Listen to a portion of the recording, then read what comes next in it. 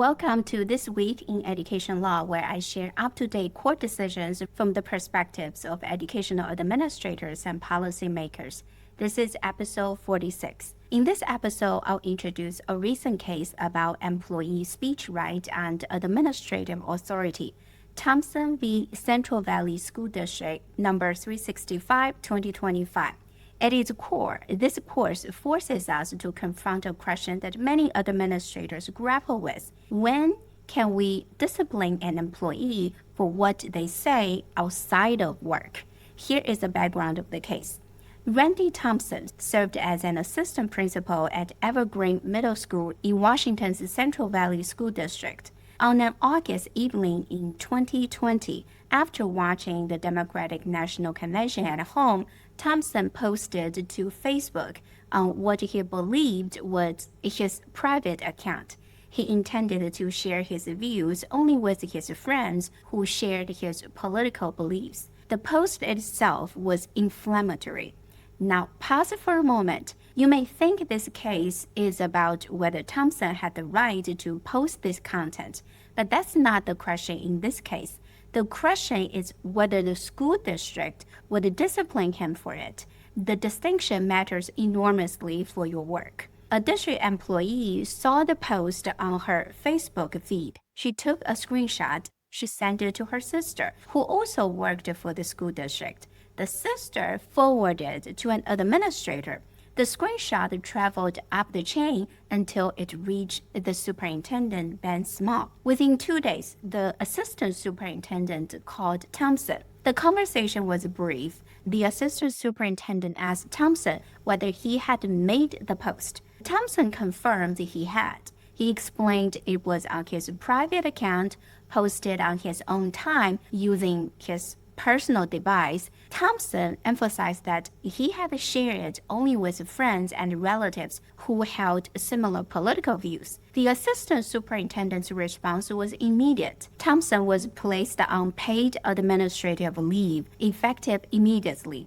He could not enter district property. He could not contact employees, teachers, parents, or students. Thompson deleted the post as soon as he hung up the phone. The investigation was just beginning. The district retained an attorney to conduct an independent inquiry. The attorney interviewed the employees who had seen the post. They expressed deep concern. They found the language hateful. Then the attorney expanded her investigation. She asked administrators whether this was an isolated incident or part of a pattern. What she discovered troubled the district further. One administrator reported that Thompson had referred to current students as Tide Pod Challenge kids and snowflakes during a staff presentation. Another administrator stated that Thompson used the phrase short bus when he referred to students who were enrolled in special education classes. A third administrator recounted that Thompson asked a black student whether he felt teachers had treated him differently than normal students. Stop and think about this for a moment. The Facebook post opened a door. The investigation showed a pattern. This is a key lesson. When employees engage in public misconduct, the investigation uncovers broader concerns. The district conducted what it called impact interviews with board members, administrators, teachers, and parents. The feedback was consistent. Interviewees expressed shock and concern.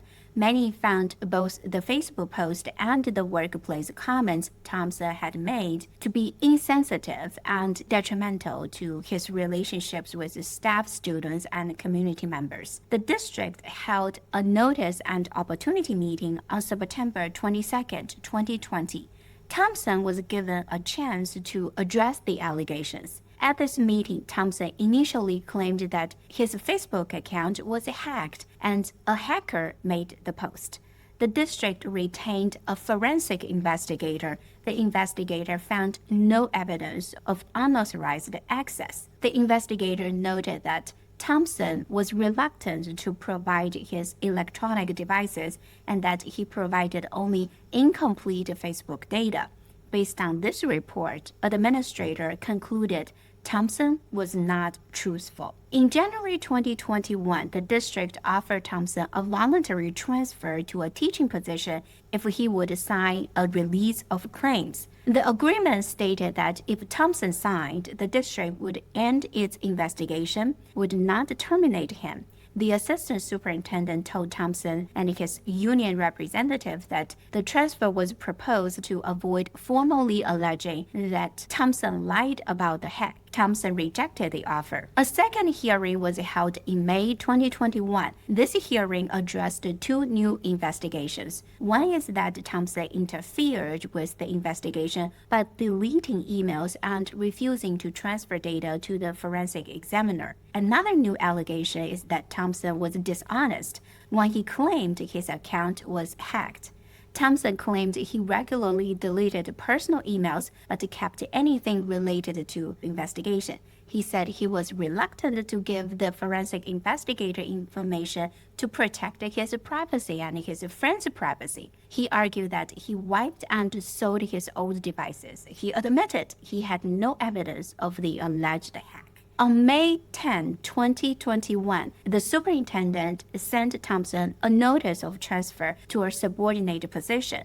The letter identified 7 reasons for the transfer. I want to read them to you because they show how the district built its case. First, Thompson's behavior as an administrator had disrupted harmony among staff to the point that his return would cause reasonable prediction of disruption. Second, his comments were insensitive and contrary to the district's mission of creating an inclusive culture, which raised concerns about Thompson's ability to serve the district's best interest as an administrator. Third, Thompson's behavior caused decreased confidence among administrators and raised concerns about his willingness to promote an inclusive learning and working environment. Fourth, Thompson's behavior interfered with his ability to perform his job, especially as student disciplinarian and staff evaluator. Fifth, the district believed Thompson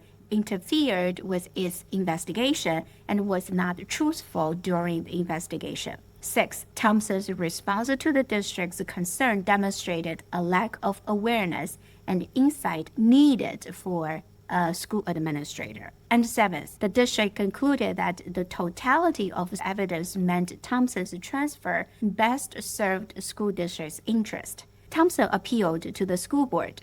On June 25, 2021, the board upheld the superintendent's decision. Thompson would be transferred from his administrative position to a teaching position. Thompson filed a federal lawsuit under Title 42, United States Code, Section 1983. He alleged that the district violated his First Amendment rights by retaliating against him for his political speech. This brings us to the question the court was asked to answer.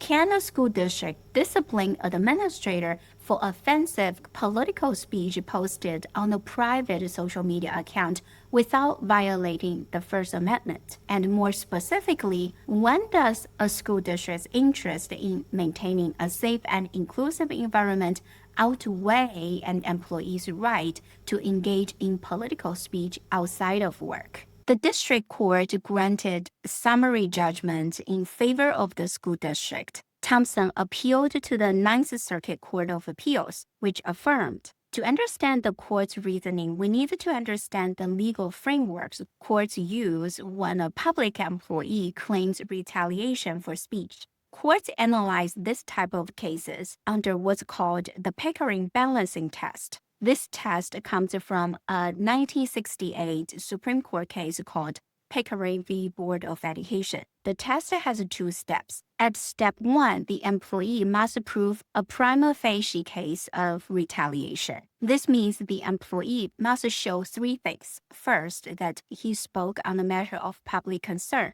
Second, that he suffered an adverse employment action. And third, that his protected speech was a substantial or motivating factor for the adverse employment action. If the employee satisfies step 1, the burden shifts to the employer. At step 2, the employer must demonstrate one of 2 things.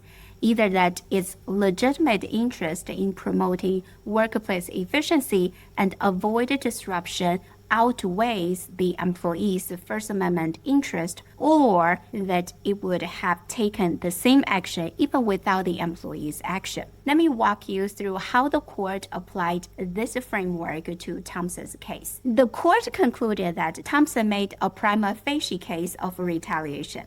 Let's break down each element. First element is speech on the matter of public concern. The court held that Thompson's Facebook post was a speech on the matter of public concern. The post criticized the Democratic National Convention, which is undeniably a political topic. The court stated speech involves a matter of public concern when it can fairly be considered to relate to any matter of political, social, or other concern to the community.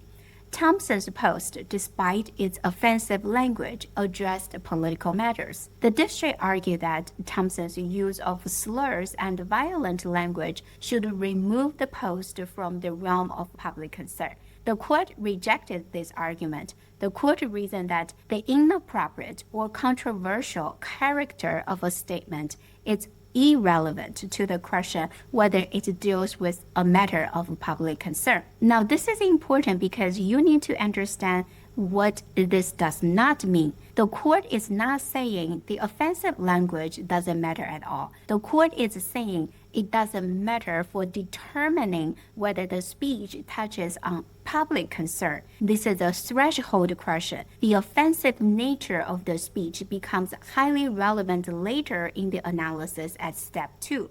Second element is adverse employment action. The court assumed, without deciding definitely, that a reasonable jury could conclude that Thompson's placement on paid administrative leave constituted an adverse employment action. The court noted that Thompson was cut off from district property and from contact with other staff, which could cause general stigma. While the court didn't need to resolve this question conclusively, it proceeded on the assumption that this element was satisfied. The third element is protected speech was substantial or motivating factor. The court found that the evidence supported this element. The district placed Thompson on administrative leave within just a few days after it discovered the Facebook post. Individual administrators testified that Thompson was the catalyst that opened the investigation of his practices and conduct.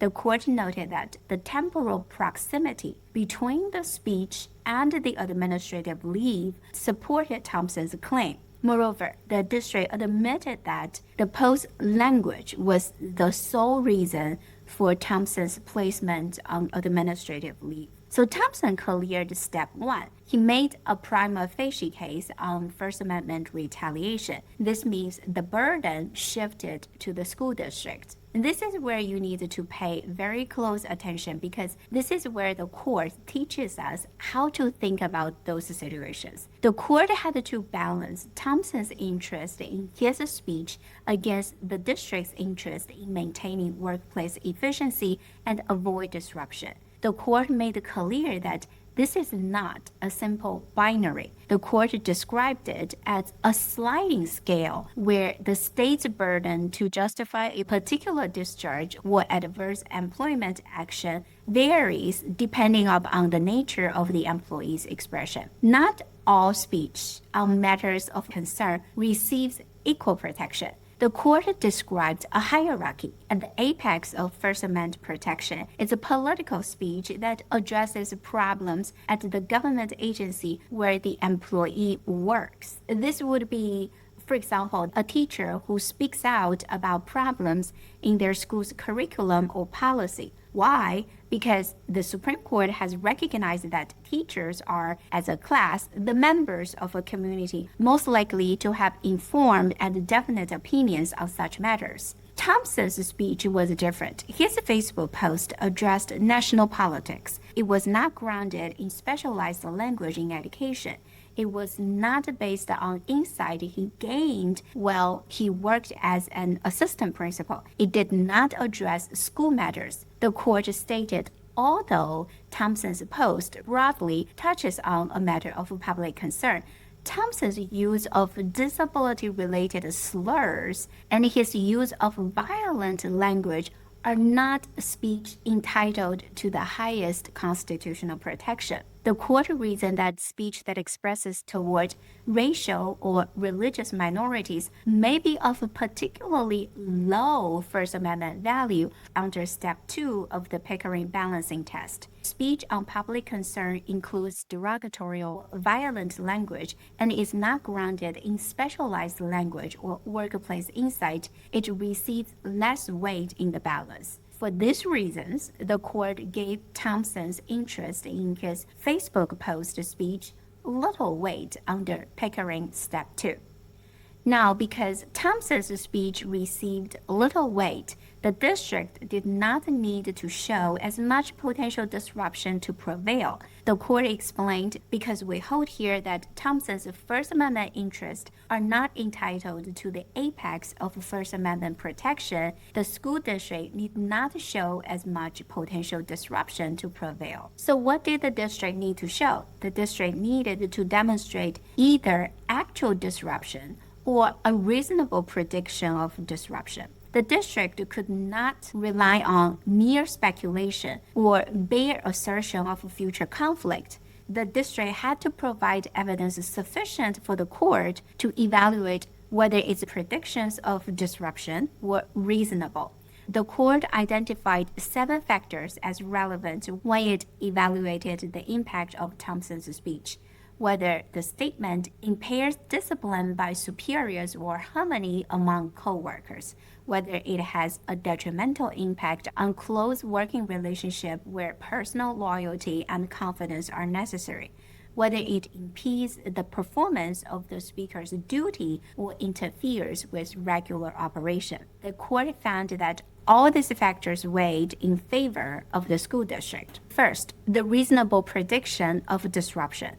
The court held that the district reasonably predicted that a Facebook post by a school administrator that used disability-related slurs and violent language was likely to disrupt the district operations. The court noted that this predictable disruption was intensified and reinforced by Thompson engaging in speech while serving in a public-facing role as an assistant principal that undermined the school district's written resolution to foster a safe and supportive educational environment. Second, the impact interviews confirmed the prediction. The district conducted interviews with board members, administrators, teachers, and parents. Those interviews expressed concern about their ability to work with Thompson based on his language in the Facebook post. They questioned his ability to serve in a leadership position. Many said that the disability-related slurs and violent language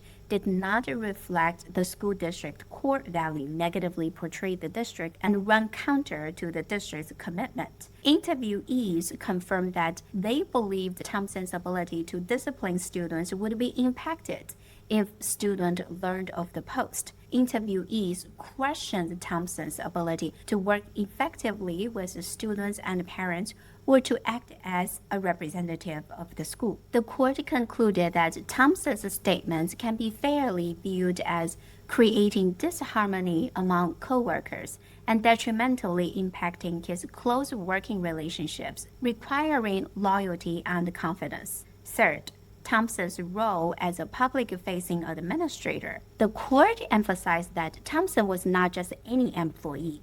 He was an assistant principal. He worked in a supervisory and disciplinary role. He was a representative of school leadership. The court noted the extent of an employee's authority and interaction with the public also bears on the degree of government interest in preventing disruption. The court explained that the government's interest in avoiding disruption is magnified when the employee asserting a First Amendment right serves in a confidential policymaking and public contract role. The court also noted that courts give a wide degree of deference to the employer's judgment in public school employment relationships. This deference is appropriate precisely because schools involve complex relationships with students, parents, and the community. After it weighed all these factors, the court held that the school district sufficiently showed a reasonable prediction of disruption under Pickering Step 2,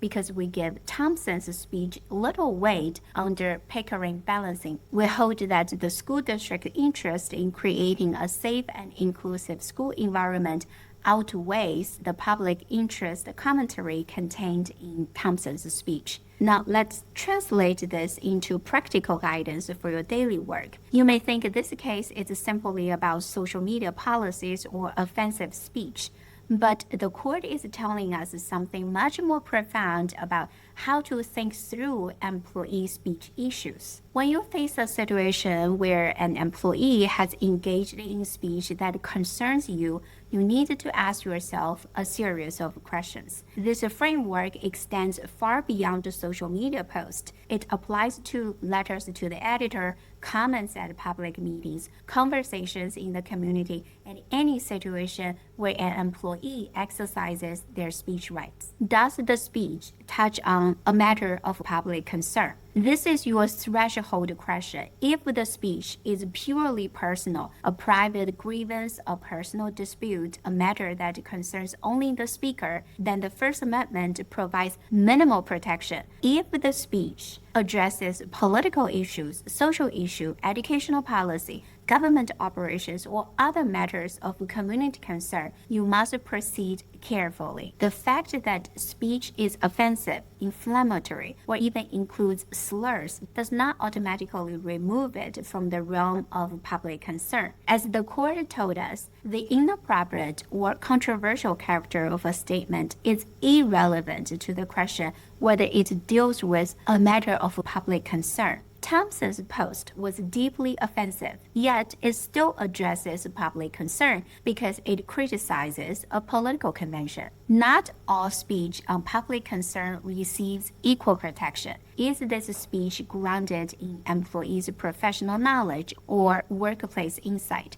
Does it address problems or issues at your institution? Is it based on specialized expertise the employee has developed? If you answer yes to those questions, the speech sits at the apex of First Amendment protection. Think of a teacher who speaks out about deficiencies in the special education program based on what they observe. That teacher's speech, even if critical of the administration, carries significant weight because it comes from informed professional judgment. But if the speech is a general political opinion unrelated to the employee's professional role, it receives less protection. Thompson's post about Democratic National Convention, while political, was not grounded in his professional knowledge as an educator. It was a general citizen's political rant. Question 3. What role does the employee occupy? The court emphasized that Thompson's position mattered enormously. He was an assistant principal. He was a public-facing representative of the school. He had supervisory and disciplinary authority. He was expected to uphold the district's value and mission. The higher the employee's position in your organization, the more authority you have to hold them accountable for speech that undermines organizational values. A bus driver's political post will be analyzed differently than a principal's political post. A classroom aide's comment will be weighed differently than a curriculum director's comment. Question 4. Can I articulate a reasonable prediction of disruption? This is where many administrators stumble. You cannot rely on speculation. You cannot say this may cause a problem. You need evidence. What counts as evidence? In Thompson's case, the district provided impact interviews with board members, administrators, teachers, and parents, documented concerns about Thompson's ability to maintain working relationship, specific concerns about his ability to discipline students if students learned of the post, evidence that other administrators questioned Thompson's judgment and leadership.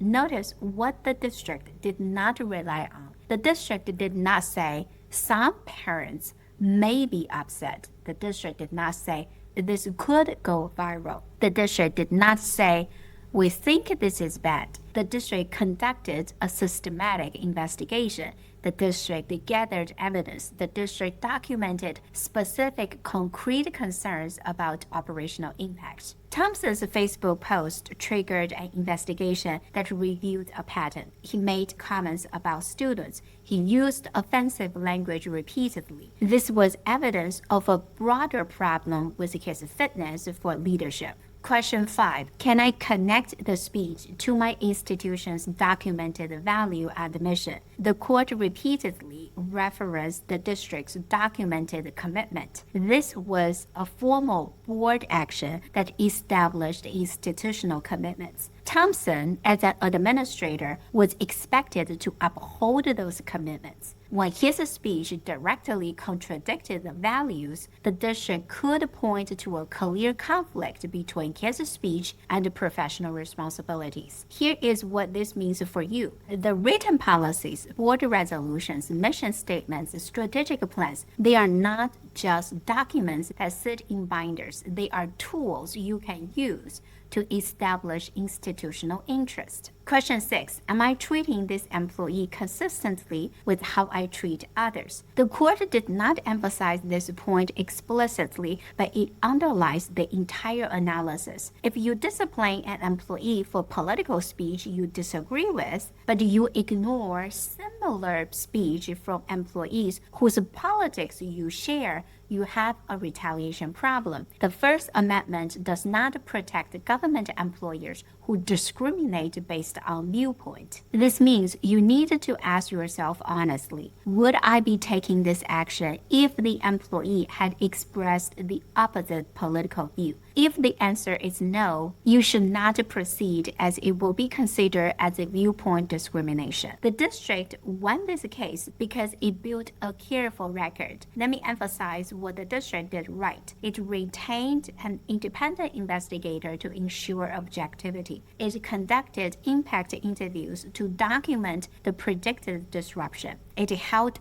notice and opportunity meetings to provide due process. It identified multiple specific reasons for the transfer. It provided Thompson with opportunities to respond. It followed its established procedures under the state law. Compare this to what many administrators do wrong. They see offensive speech, they get angry, they act quickly, they make a decision based on their gut reaction. They document afterwards. They scramble to justify their decision when they face a lawsuit. You need to flip this approach. The time to build your defense is before you act, not after you face a lawsuit.